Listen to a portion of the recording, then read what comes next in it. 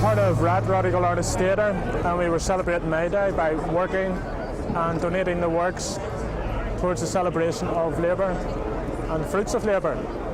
Behind me you can see a banner that I designed for the Unemployed Centre, which was specially commissioned for today.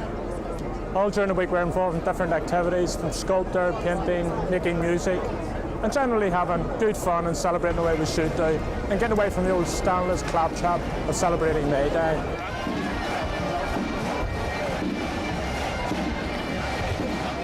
We're working as a collective for the week in installations based on the May Day theme, and in our studios we kept the doors open so the public and the local people in the street could come in and browse around and watch us working and more or less reflect on the pieces as they were being created and after they were created, and they were invited to comment on them, and I dare say they were appreciated. And I think the union of the public and the art went well together, and it helped bring it down to the street level, you know.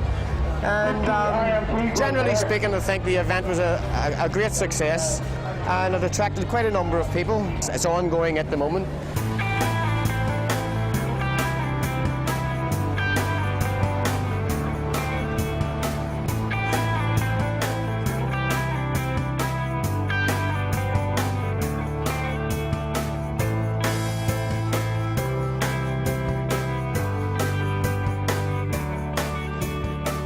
Raising standards.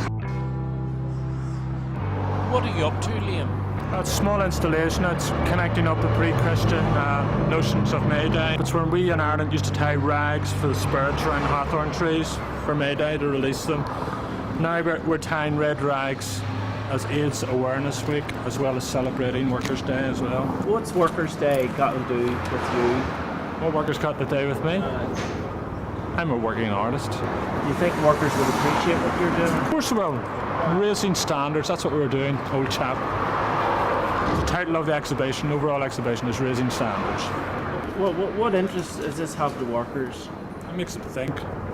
Red ribbons around a bit of fish Yes, wire. this is workers' buntings. This is the Republic of Labour's buntings. What's red? I don't understand this red business.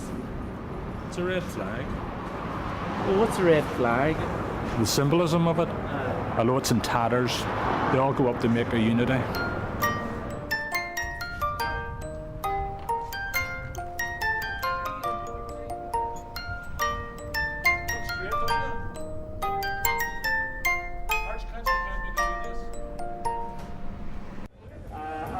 I just wanted to tell you welcome and declare the rally open.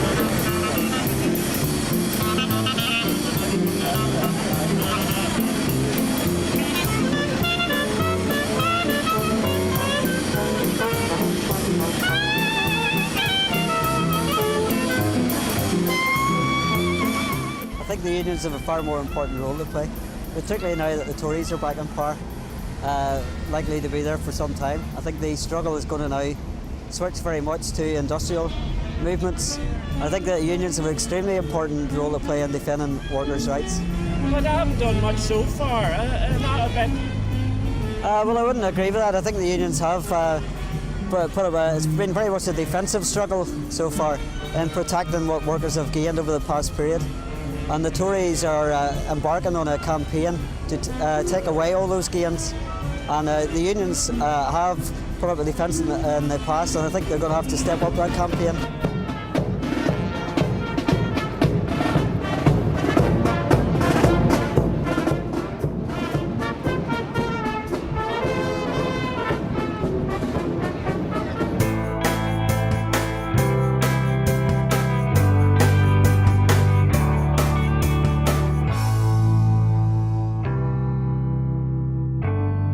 taken the apron as a symbol of all sorts of work. Domestic work, work in the home, a butcher's apron, carpenter's apron, a housewife's apron. I'm covering them with various details of work, everything from computers to knitting. This is one of the aprons, a butcher's apron in this case, but I'm covering it in various tools, not necessarily from the butchery trade. There's bits from a TV and so on and so forth. A tea strainer, I mean, it's a tool as well. So this is really only the beginning of it. I'll cover the surface much more as whatever. But this is how it will develop. All sorts of tools are objects of artifacts, things that transform or have been transformed, all combined together in a way. And above us, these are some scenes, again of work, all aspects of work. Here we have glass cutting, hammering nails into wood. This represents, shall we say, carving. You've got a small hammer, a small stone chisel, and a Celtic design. My interest is in psychology and so on. So it had to, and also I'm quite an introverted or personal person about things. So I didn't want to do shipbuilding or airplane construction, things I know nothing about. I wanted to find a symbol or something that would interest me, so it's quite intimate and that I could cope with. And all the things combined together, the psychology of things, made me decide on the transforming aspect of work. And then by some creative details that happened, I just thought of an apron, and I realized how wide the symbol of an apron could be. Again, all sexes, all sorts of work people would wear it. So it was a very useful, very simple thing, and quite an intimate detail and a personal thing. So I could relate to all that, and it was a method for me to go into work, into the idea of work and to begin work on it. This is the place where we all grew up, between the hills and the mills and beyond. These were the places we were destined for, walking on in the roads and the roads. These were the places we all belong to.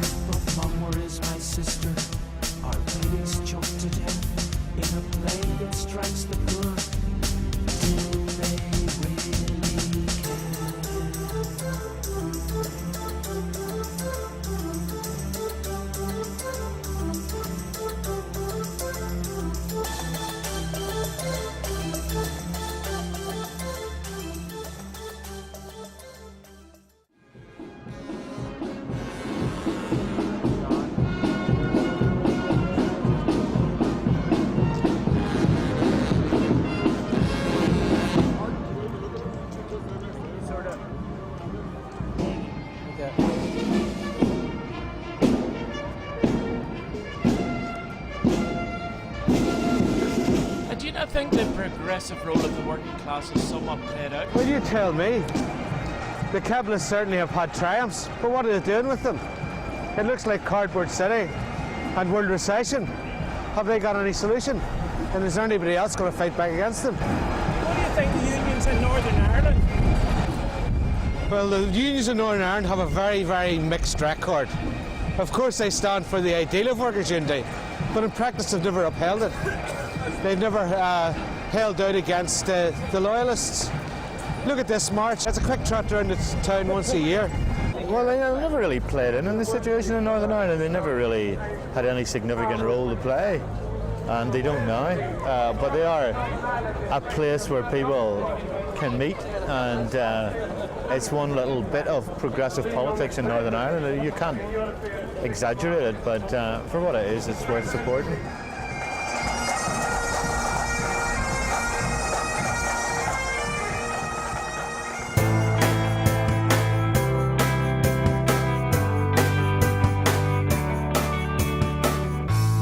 There was an incident in 1926 in Arbour Hill.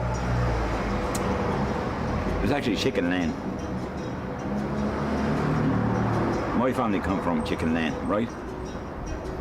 And we like to use the metaphor of the River Liffey kind of being a division of the boys. You know what I mean? They were just working class people. And 4 guys come over from the Liberties, and that was on the south side. And they came over to the north side, where we lived, right? And he wanted to take over a task. And he always had a man with a belt, and he kept the circle going, you know? And then you had a tosser, and he tossed the pennies. Now you bet on wherever the things fell. Everybody played on a Sunday morning, usually a Sunday morning. They're all working class people, right? And they wanted to take over a task skill.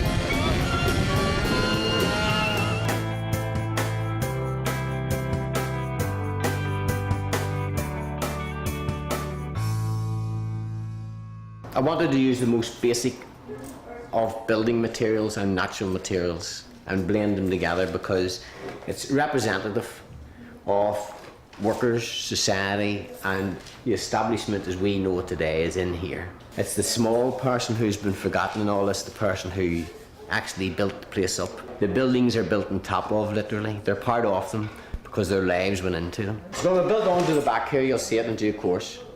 And it's to give a 3D appearance of it, the appearance that you're looking into possibly a room or a dwelling.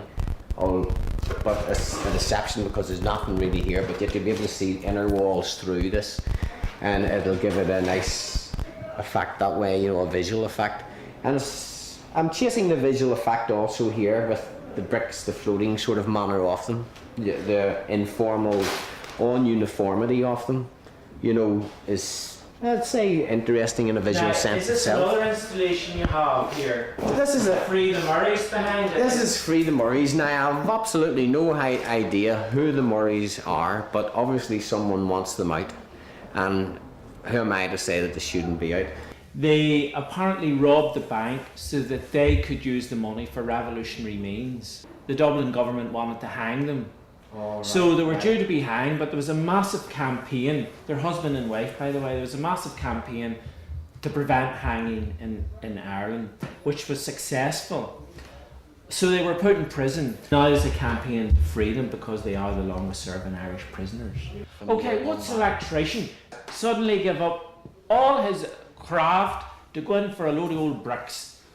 I find this more rewarding than money. Are you married? Yes. And you have children. I'm sure they don't find it more rewarding than money. For to suddenly drop out of normal life, for to suddenly say, look, I'm an artist now, bye-bye LSD.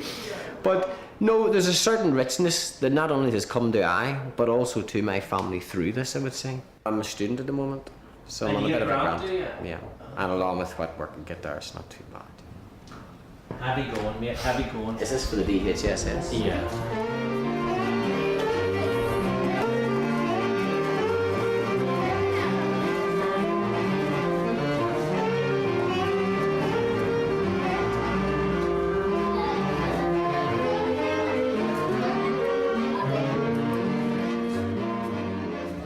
You have your own interpretation of May Day, I see down there.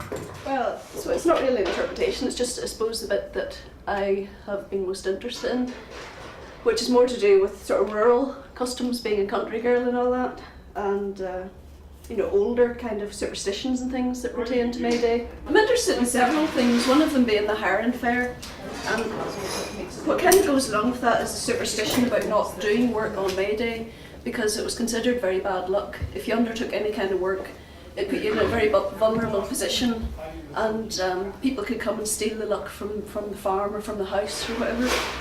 And I've sort of like wondered whether that's why Highland Fair started off being on May Day, because if you couldn't work, at least you could go with your spancel or your spade or whatever and look for a job when you were doing that. But some of the other things that I'm sort of playing about with here are to do with, again, with luck and bad luck. And part of the thing is that on May Day, start of May Day, you can sweep luck towards yourself.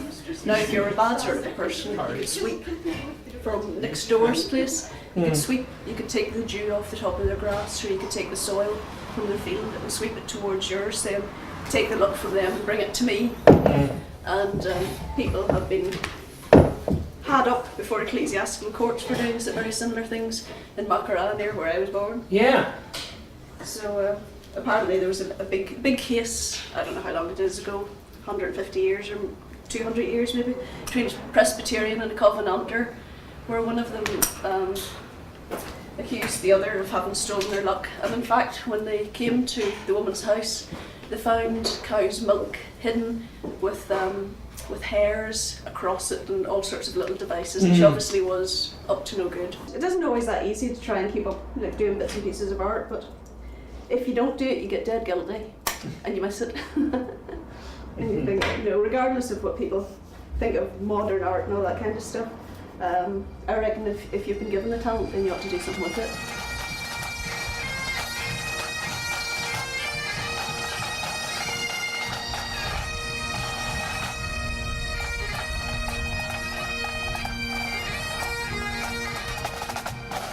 For 2 days he came up and we recorded Nothing But Rain, and the other 2 days I recorded Maria Mead. Well, during the May Day week I was recording two artists, both from working class backgrounds and both highly political in the content of their music. One was Maria Mead, and she done a track called Working for the Army, where she was particularly concerned about bringing up her children and the fact that they may be used for the army. Am I working for some army? Haru, haru. Am I working for some army? Haru, haru. Am I working for some army? Bringing up my sons. Will they send you home with numbered bones, lying on your guns? The culture is arrogant. Your uncle teaches you football. Your father teaches you chess. The TV teaches you macho tricks, and school is in the rest. It's a hard apprenticeship to be a man. They toughen you up as much as they can, and then when you get to the top of the tree, well, you may be tough for another 20. When you look at a woman on TV, do you see a slave or a heroine? The boys on the street keep calling me names. They think every woman is their fair game. No matter how high I hold up my head, their hotshot postcards leave me for dead. With their guns and drums and drums and guns, haru, haru. With their guns and drums and drums and guns, haru, haru. With their guns and drums and drums and guns, the enemy nearly slew me. Oh, my darling dear, I look so queer. My son, did you know me? Almost no member of the American establishment has a son or a relative actually serving up there. You can admire women too, you know. The heroes of the kitchen floor, who keep this nation up and going, who heal the sick and feed the poor, and women firing for the stars, and women dancing wild in bars. Well, I'm not breaking my back, bringing you up to be daddy's boy, with a whole house full of sport and sex as well. What's in it for me? I can't be squeezed into your identity. Well, maybe you'll not join up and sell your mind to the army vine. Sign your name into a profession that only thrives on women's oppression. My two sons are growing up fast. They'll have their future won't be like our past. Their names are heroes of fairy stories. They're kicking up heels hoping for glory. Am I working for some army, Haru, Haru? Am I working for some army, Haru, Haru? Am I working for some army, bringing up my sons? You haven't an arm, you haven't a leg, Haru, Haru. You haven't an arm, you haven't a leg, Haru, Haru. Am I working for some army, bringing up my sons? Oh, darling dear, you look so queer. My son, I hardly knew you.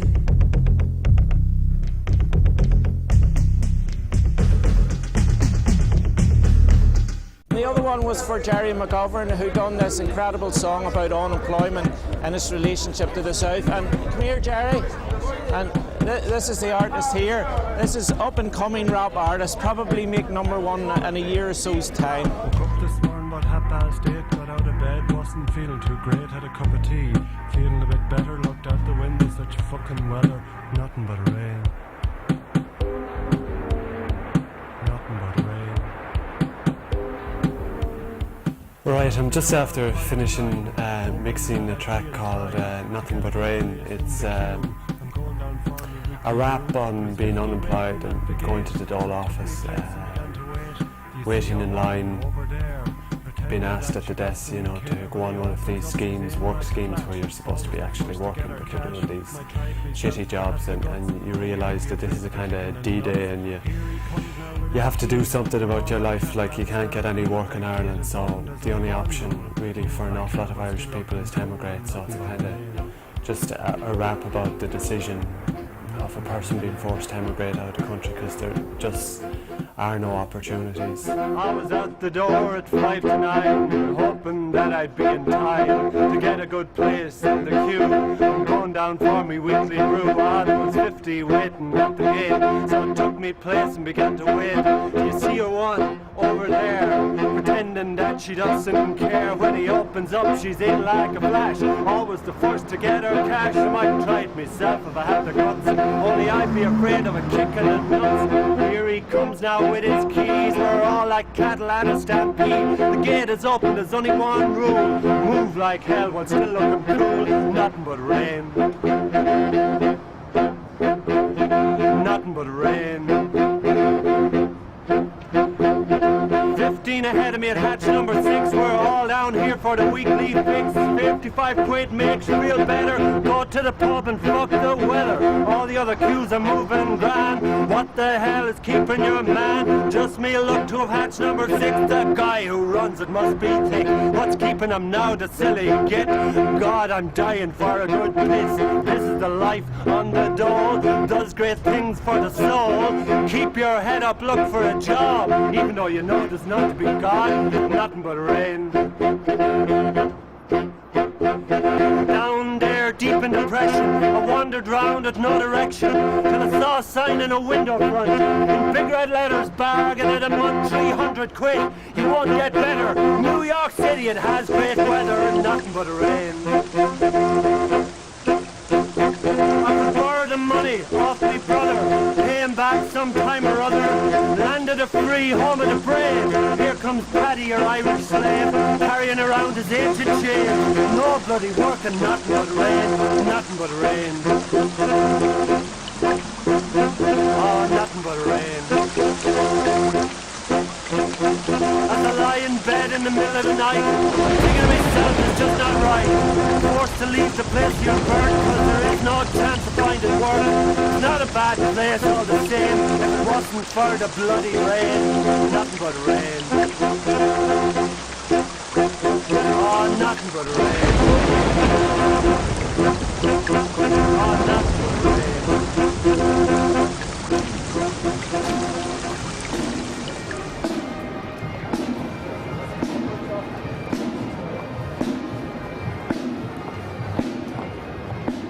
I was editing a programme about two working class artists who didn't discover they were artists till their late 30s and so forth, and they're both from different traditions in Belfast: working class Protestant, working class Loyalist areas, working class Republican, working class Catholic. And I was just basically making a programme about their diversity and how they actually became friends and say their politics through their art. This is a major relic of our family. My father was carrying this in his pocket or his lunch pack when he had a big accident in the Belfast shipyard. This was his mix of tea and sugar, and we've had that since 1954. And he fell 60 feet and really injured himself. So, family relic. When I was down there in the shipyard, I used to draw on the big metal doors and almost got the sack for it. But even within that shipyard community, there were writers, there were poets, musicians, there were painters too, but it was all like a subculture. It was kept down. It was almost regarded as being sissy and not being macho. Art was not seen as a real job. My mother said it was scribbling, and I had pleasure in bringing to her notice years later and telling her and showing her the first cheque I got and said, look, I'm getting paid for scribbling after all. And I remember when I showed my father the cartoons that I did for a national newspaper, he just said, oh, well done, very good, and went about reading his book. Just think, people die to read, but there's plenty wrong with hiding something that people may need. Some have taken up the gun, some have taken up the pen. Oppressors are aware of this and they fear both of them. Lawmakers and media try holding rappers back. And it is no coincidence that most rappers are black. And just one thing before I go, that you can do it too. You don't need to read and write, just be honest, loud and true. You don't even need equipment, every street become your stage. We are making history, so let's progress to the age. The young and old are doing it. I have a rapping mother. Everybody has their rap, so let's rap to each other. No matter what the style or the hat that you are wearing, you can even get away with a little swearing. Fuck. Everybody's rapping, everybody has a rap, everybody must say something, it's as simple as that. Everybody's rapping. I like rapping when I'm jogging, in the morning and the evening. That's the end, thank you for listening.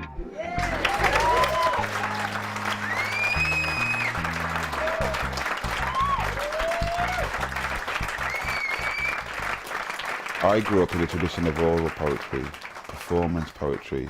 When I write poetry, I think of saying it to people. I have that in my head. The oral tradition is a lot older than the written one. Having said that, I have got to appreciate poetry that's written for the page. And like I said, Shelley is one of my favourite poets. I do like Byron. You tore our hearts apart while we sweated your wealth from underfoot, binding us to your cultural colour, reducing my meaning to expletives, erasing my past from your books. My heroes become villains, stuffing my mouth with confusion and fear, choking on charity and your presence. Your benevolence shackles me more firmly with slow growing complicated specialized, ringing me with forceful steel laws, preserving, targeting my place, my ghetto. Perhaps you grant me a place if I smile, denying who I am.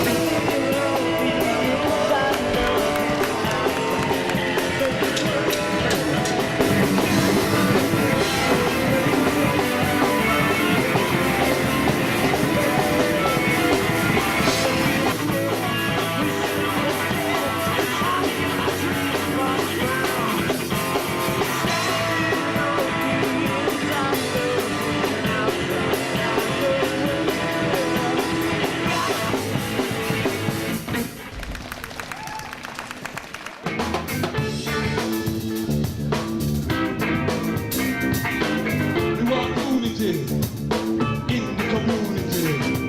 No matter if you're black or if you are white, no apartheid, no apartheid.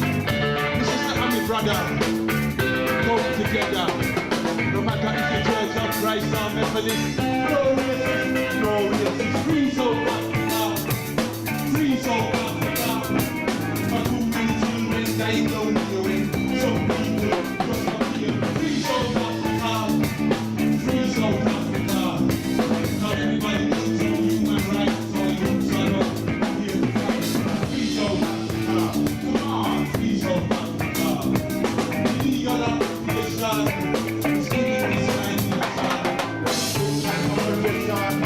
Illegal occupation.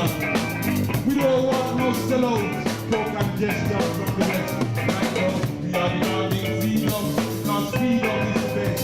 We don't want no more humiliation, like terms of segregation. Right now, we are fighting for self-determination. Everybody needs some human rights for youth and no right. Free South Africa, free South Africa.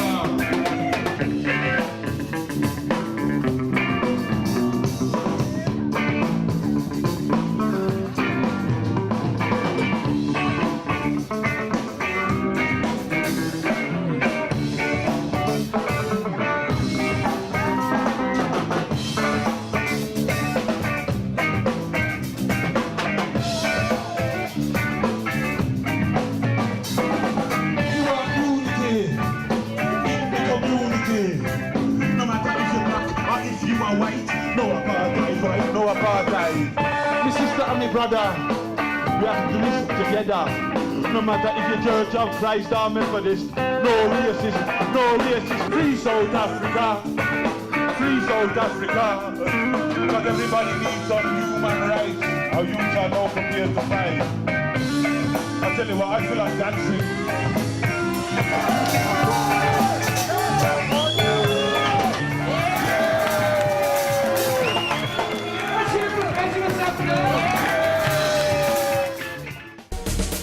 Stuffing my mouth with confusion and fear, choking on charity and your presence. Your benevolence shackles me more firmly with slow growing complicated special hands, ringing me with forceful steel laws, preserving, targeting my place, my ghetto.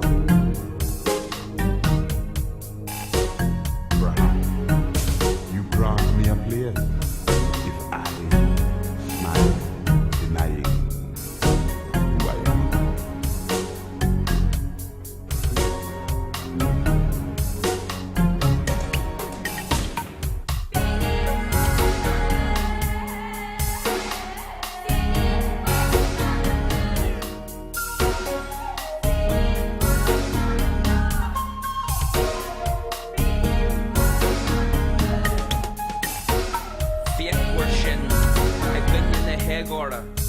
Our son part of the faith in the path. Call Palau. Look a reha a holding which the slap yet.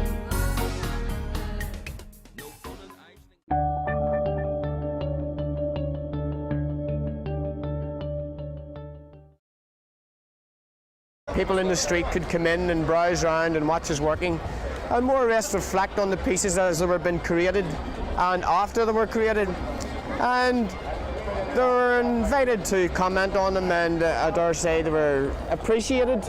And I think the union of the public and the art went well together, and it helped bring it down to the street level, you know. And generally speaking, I think the event was a great success, and it attracted quite a number of people. It's ongoing at the moment.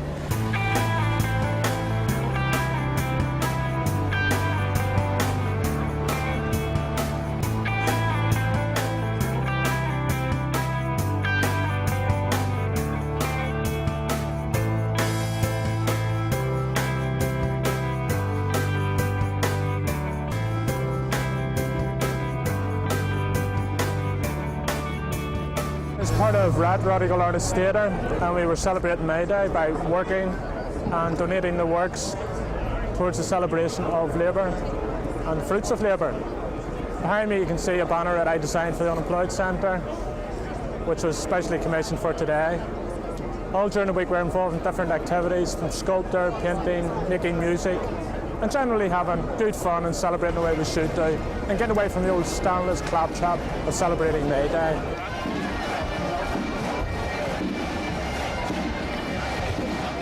We're working as a collective for the week in installations based on the May Day theme, and in our studios we kept the doors open so there's the public and the local... Ed, I don't understand this red business. It's a red flag. Well, what's a red flag? The symbolism of it, although it's in tatters, they all go up to make a unity.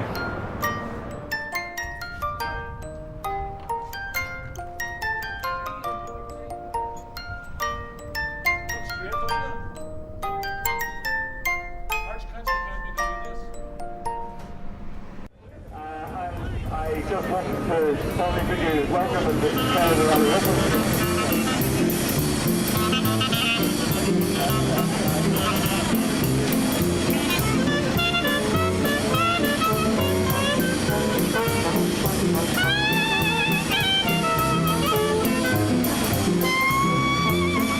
I think the unions have a far more important role to play.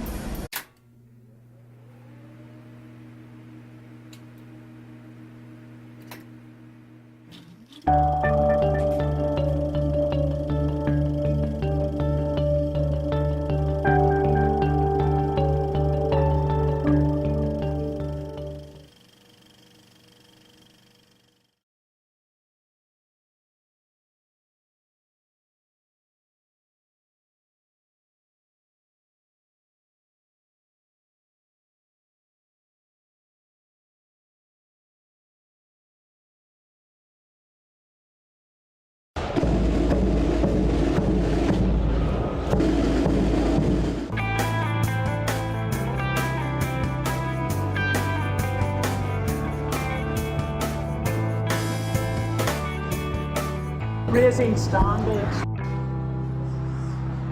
What are you up to, Liam? It's a small installation. It's connecting up the pre-Christian notions of May Day. It's when we in Ireland used to tie rags for the spirits around hawthorn trees for May Day to release them. Now we're tying red rags as AIDS Awareness Week, as well as celebrating Workers' Day as well. What's Workers' Day got to do with you? What Workers got to do with me? I'm a working artist. Do you think workers would appreciate what you're doing? Of course they will.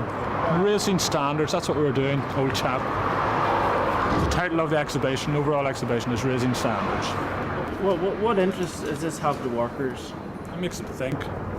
Red ribbons around a bit of fish wire? Yes, this is workers' buntings. This is the Republic of Labour's buntings. What's red?